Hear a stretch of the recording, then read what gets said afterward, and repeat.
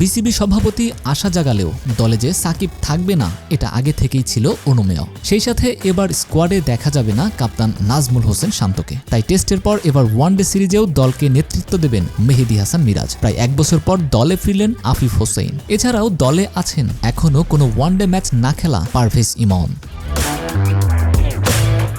দল ঘোষণা করার একদিন আগেও বিসিবি প্রধান আশাবাদী ছিলেন সাকিবকে নিয়ে, কিন্তু সেই আশায় শেষ পর্যন্ত আলোর দেখা মিলল না। ইনজুরির তালিকায় যুক্ত হয়েছে তাওহিদ হৃদয়ের নাম। নিজ শহর বগুড়ায় অনুশীলন করতে গিয়ে চোট পেয়েছেন এই ডানহাতি ব্যাটার, যে কারণে উইন্ডিজ সিরিজে খেলা হচ্ছে না তার। ইনজুরির কারণে দলে দেখা যাবে না মিস্টার ডিপেন্ডেবল মুশফিকুর রহিমকে। টেস্টের পর ওয়ানডেতেও ফেরা হলো না এই উইকেট কিপারের। তবে আফগানিস্তানের বিপক্ষে ওয়ানডে অভিষেকে মুগ্ধতা ছড়িয়ে নিজের জায়গা ধরে রেখেছেন পেসার নাহিদ রানা।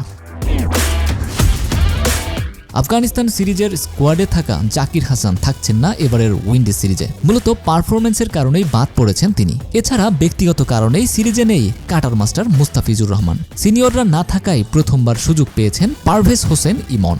মেহেদী হাসান মিরাজকে অধিনায়ক করে দলের বাকি সদস্যরা হলেন লিটন কুমার দাস, তানজিদ হাসান তামিম, সৌম্য সরকার, পারভেজ হোসেন ইমন, মাহমুদুল্লাহ, জাকের আলী অনিক, আফিফ হোসেন ধ্রুব, রিশাদ হোসেন, নাসুম আহমেদ, তাসকিন আহমেদ, হাসান মাহমুদ, শরীফুল ইসলাম, তানজিদ হাসান সাকিব ও পেসার নাহিদ রানা।